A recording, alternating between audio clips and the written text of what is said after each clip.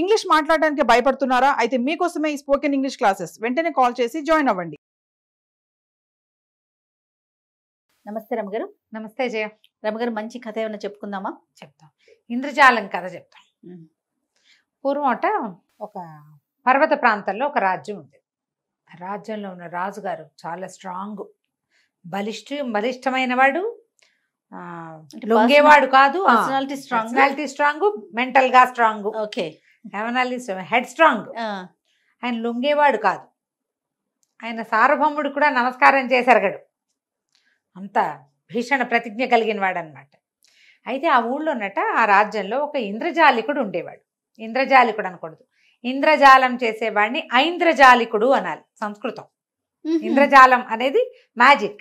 Okay, magic చేసేవాడిని magician అంటారు కదా, అట్లా ఇంద్రజాలం చేసేవాడిని ఐంద్రజాలికుడు అనాలి. ఓకే. ఈ ఐంద్రజాలికుడు ఏం చేసేవాడట, నీతో కనికట్టు చేసేవాడు. సాధారణ జీవితాలు ఉన్న వాళ్ళకి మంచి భోగాల్లో ఉన్నట్టు, హాయిగా రుచికరమైనవి తిన్నట్టు, ప్రయాణం చేసినట్టు, మబ్బుల్లో తేలిపోతున్నట్టు, ఇలాంటి భ్రమలు సృష్టించి వాళ్ళని సంతోషపెట్టేవాడు. వాడు ఒక కామన్ పీపుల్కి ఐంద్రజాలికుడుగా ఉండేవాడు. కానీ వాడు చాలా మంచి పేరు. ఎంత దుఃఖంలో కష్టంలో ఉన్న వాళ్ళనైనా సరే వాళ్ళని ఆ దుఃఖం పోగొట్టి సంతోషపెట్టేవాడు. సో పాఠక జనానికి ఎక్కువ ఆసక్తిగా ఉండేది.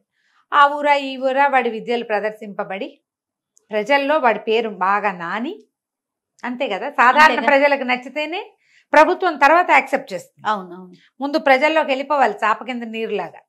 ఈ వెళ్ళిపోయిన ఐంద్రజాలికుడి సంగతి మన రాజుగారికి తెలుసు. ఈయన హెడ్ స్ట్రాంగే, కానీ అదేమిటో అటువంటి విద్య ఏమిటో తెలుసుకోవాలని అనుకుంటారు కదా, అదేదో విచిత్రం అని. ఓనాడు వాడిని పిలిపించి అబ్బాయి, నువ్వేదో చాలా గొప్పగా ఇంద్రజాలం చేస్తావుట, అదేమిటో నాకు కూడా చూపించాను అనేసరికి అతను అన్నాడు, నేను చిన్నవాళ్ళకి చేసేవాడినండి. రోడ్ల మీద తిరిగే జనం, పనిపాటలు చేసుకునేవాళ్ళు, బతకలేక బతుకీడ్చేవాళ్ళు, వాళ్ళ కోసం ఉన్నాను, కానీ మీలాంటి పెద్దవాళ్ళకి నచ్చేదేమీ నేను చేయలేనండి అన్నాడు. అటకాదు, నువ్వు ఏం చేస్తే అది నాకు చూపించు అని రాజుగారు చాలా బలవంత పెట్టాడు. సరే, నేనేం చేసినా ఏం చూపించినా నన్నేమీ చేయనని ఒక కాగితం రాసి నాకు ఇవ్వండి. ఎందుకో అంత భయపడతావు? సరే అలాగే, కానీ సంతకం పెడదామని ఒక కాగితం రాసిచ్చి, ఇంద్రజాలకుడు ఏ ఇంద్రజాలం చేసి చూపించినా, ఎటువంటి అవజ్ఞకి పాల్పడినా ఇతను నేనేమి చేయను అని ఒక కాగితం రాయించి సంతకం పెట్టాడు. ఆ పేపర్ ఆ ఇంద్రజాలకుడికి ఇస్తూ ఉండగా ఆయనకి దూరంగా ఎవరో మైదానంలో గడ్డి కోసుకుంటున్నట్టు కనపడింది. పక్కనున్న సైనికుడు, ఎవరెవరు అక్కడ గడ్డి కోస్తున్నారు అన్నాడు. ఆ గడ్డి ఒకటి కాదు, ఓ గుంపు జనం కోసేస్తున్నారు. గుంపు ఎట్టా కోస్తారు? అది మైదానం పచ్చగా ఉండటానికి పెట్టుకున్నది. మనం ఆర్డర్ చేయాలి, దీన్ని కట్ చేయండి, దీన్ని లెవెల్ చేయండి అని. అలాంటిది ఏం చేయబడలా. అవి ఎవరో కనుక్కురండ్రా అంటే ఒక 10 మంది సైనికులు పరిగెత్తుకుంటూ పోయారు.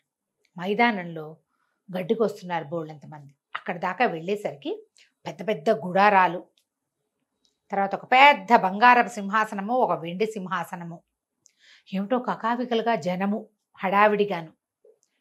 వీళ్ళకి వెళ్ళిన సైనికులకి ఒళ్ళు కంపరమెత్తిపోయింది. ఏంటిది ఇక్కడ, ఇది ఎవరు వచ్చారు, అసలు ఎవరు వీళ్ళు?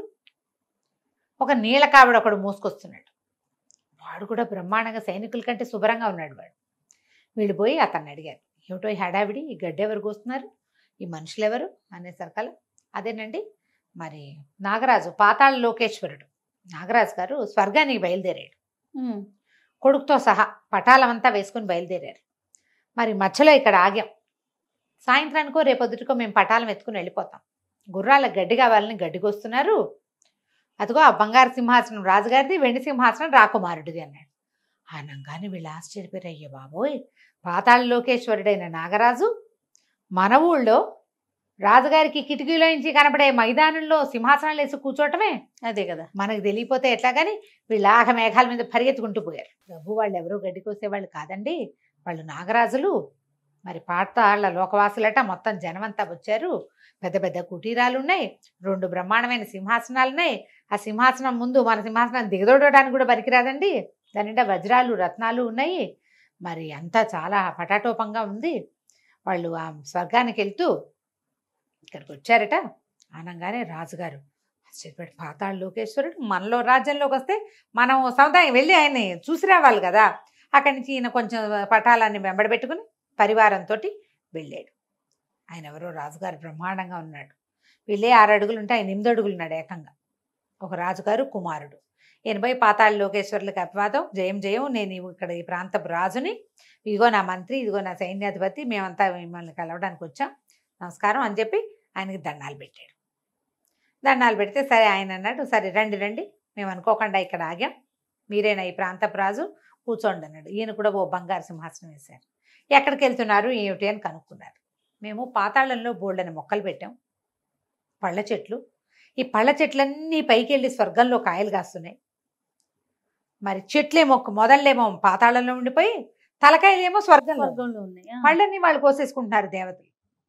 పళ్ళల్లో మాకు వాటా ఇవ్వట్లేదు, ఆ పళ్ళ వాటా సంగతి తేల్చుకుందాం అని కనుక్కోవడానికి బయలుదేరా. మధ్యదారిలో ఆగాం. అంటే ఈ రాజుగారు సరే ఏదైతే సబబుగా ఉంది, కాకపోతే పాతాళంలో నుంచి స్వర్గంలోకి వెళ్ళే చెట్లు భూమండలం మధ్యలో నుంచి కదా వెళ్ళాలి, తట్టలేదు వీళ్ళకి, అడగల. ఆయన చెప్పింది విన్నారు. పైగా ఆయన మెరిసిపోయే బట్టలు, ఆ పర్సనాలిటీ, ఆ మధ్యలో పైన పాము పడగ, అవన్నీ చాలా ఆకర్షణీయంగా ఉన్నాయి. అక్కడి నుంచి ఈయనకి ఏమనిపించింది, ఈయన చూస్తే ఇంత బాగున్నాడు, కుర్రాడు మరీ మిస్మిస్లాడిపోతూ ముచ్చటగా ఉన్నాడు.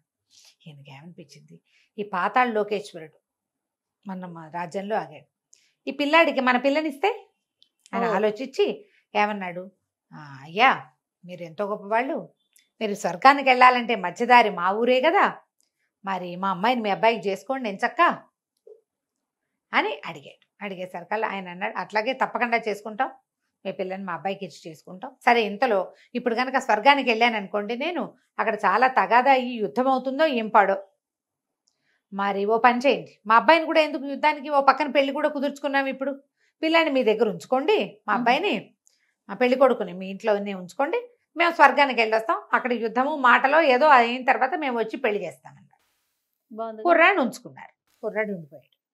కొద్ది రోజులు వీళ్ళేమో మొత్తం పటాలం అంతా వెళ్ళిపోయింది, అంటే స్వర్గానికి వెళ్ళింది అనమాట. కొద్ది రోజుల తర్వాత ఆకాశంలో నుంచి చేతులు కాళ్ళు మొక్కలు మొండాలు తెగి పడ్డం మొదలుపెట్టినాయి. అంటే యుద్ధం మొదలైందనమాట. చెయ్యి తెగిపడింది ఎవరిదో, ఇట రకరకాలు పడ్డాయి. ఈ పడే దాంట్లో ఒక దాంట్లో శిరస్సు పడింది. సైనికులంతా హాహాకారాలు చేశారు, అయ్యో అయ్యో నాగరాజు చచ్చిపోయాడు, ఈయనే పాతాళ లోకేశ్వరుడు అని. రాజు మంత్రి పరిగెత్తుకుంటూ వెళ్ళి చూసొచ్చారు. చూస్తే ఏముంది, పాతాళ లోకేశ్వరుడు సాక్షాత్తు. అయ్య బాబోయ్, ఇప్పుడు ఇది కనపడితే పిల్లాడు పెళ్లి కొప్పుకుంటాడా, బెంగపెట్టుకుంటాడో ఏమిటో. అందుకని ఏం చేశారు, మనం ఈయన దహనం చేసేద్దాం ఈయన తలకాయని అని కింద పడ్డ శరీరవయవాలన్నిటినీ పోగేసి ఈ పాతాళ లోకేశ్వరుడి ముఖానికి మాత్రం ప్రత్యేకంగా ఒక చితి పెట్టి అన్నీ కాల్పించారు. వీళ్ళ దగ్గర ఉన్నాడుగా పాతాళ లోకేశ్వరుడి కుమారుడు, నాగరాజ కుమారుడు, అతనేదో లోపల నుంచి బయటకు వస్తూ అక్కడ పొగొస్తోంది ఏంటి అని ఒక ముసలి దాదెమ్మని అడిగాడు. అమాయకురాలైన దాది, అయ్యో మీ నాన్నగారి చితి కాదుటండి అది అని చెప్పింది. చెప్పేసరికల్లా రాకుమారుడు ఒక్క పరుగును వెళ్ళిపోయి ఆ చీతిలో దూకేశాడు, హాహాకారాలు చేస్తూ మా నాన్నో అనుకుంటూ. లబో దిబోమన్నారు పెళ్లి కొడుకు. ఇప్పుడు ఏం చెయ్యాలి, సరిగ్గా 5 రోజులు గడిచింది. పాతాళ లోకేశ్వరుడు వచ్చేసి అడిగాడు, మా అబ్బాయి ఏడే అనగానే వీళ్ళు తెల్లపోయారు. ఈయన వచ్చాడేమిటి, ఈ పిల్లాడు కాస్త దూకేశాడు, ఇప్పుడు ఏం సమాధానం చెప్పాలి, ఆడిపోయారు సైన్యం అంతా. అక్కడి నుంచి పాతాళ లోకేశ్వరుడు తన సామాన్లు సరంజామాతో సహా వచ్చేసాడు, బంగారు సింహాసనం మీద కూర్చున్నాడు.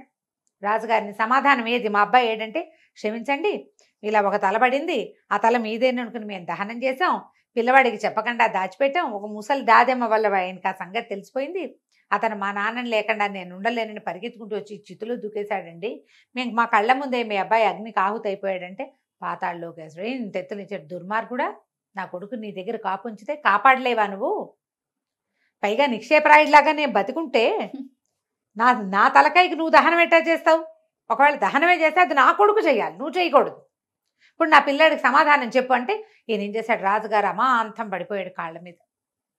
పాతాళ లోకేశ్వరుడు కాళ్ళు పట్టేసుకున్నాడు, నన్ను క్షమించండి నాగరాజా, మమ్మల్ని శపించకండి, మా రాజ్యాన్ని కాపాడండి, ఇలా పొరపాటు జరిగింది మా వల్ల, మీ అబ్బాయి దుఃఖం తట్టుకోలేక ఇంత పని చేశాడు, మమ్మల్ని క్షమించండి క్షమించండి అని కాళ్ళు పుచ్చుకున్నాడు.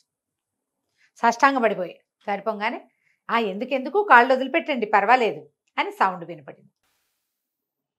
ఆశ్చర్యపడి పాతాళ లోకేశ్వరుడు గొంతు బదులు ఐంద్రజాలికుడు గొంతు వినపడుతోందని తలకాయ ఎత్తి చూస్తే ఏముంది, ఒక బండ మీద కూర్చుని ఉన్నాడు ఐంద్రజాలికుడు, ఆయన కాళ్ళు పుచ్చుకుని తన నేల మీద పడుకుని ఉన్నాడు. రాజుగారు నిర్ఘాంతపోయాడు. హౌరా ఇదంతా ఇంద్రజాలమేనా అన్నాడు. అవును ప్రభు, ఇదంతా కనికట్టేనన్నాడు అతను. ఈ కథ అంతా కనికట్టే. కనికట్టే. ఆయన నిర్ఘాంతపోయాడు. ఏది నా కత్తి అన్నాడు. అన్నాక తట్టింది. ఉత్తరం కాగితం రాయించుకున్నాడు. ఏమిటి, నేనేం చేసినా నన్నేం అనకూడదు అని. అవునవును. అక్కడి నుంచి లేచి నిలబడ్డాడు. ఇంద్రజాలికుడు అన్నాడు, ప్రభు ఏదైనా బహుమానం ఇప్పిస్తే పుచ్చుకుని వెళ్ళిపోతానండి అన్నాడు. ఈయనకి లోపల లోపల రగిలిపోతోంది. అందరూ చూస్తూ ఉండగా ఒక సామాన్య ఇంద్రజాలికుడి కాళ్ళు పట్టుకుని నేల మీద సాష్టాంగం పడి ఉన్నాడు. తను బహుమతి ఇచ్చి పంపించేశాడు. ప్రజలంతా చెప్పుకున్నారు, ఇంద్రజాలికుడు రాజుగారు పీచం అంచాడు. సామ్రాట్టు కూడా దండం పెట్టని రాజు నమస్కారం చేయని వాడు తలదించడు.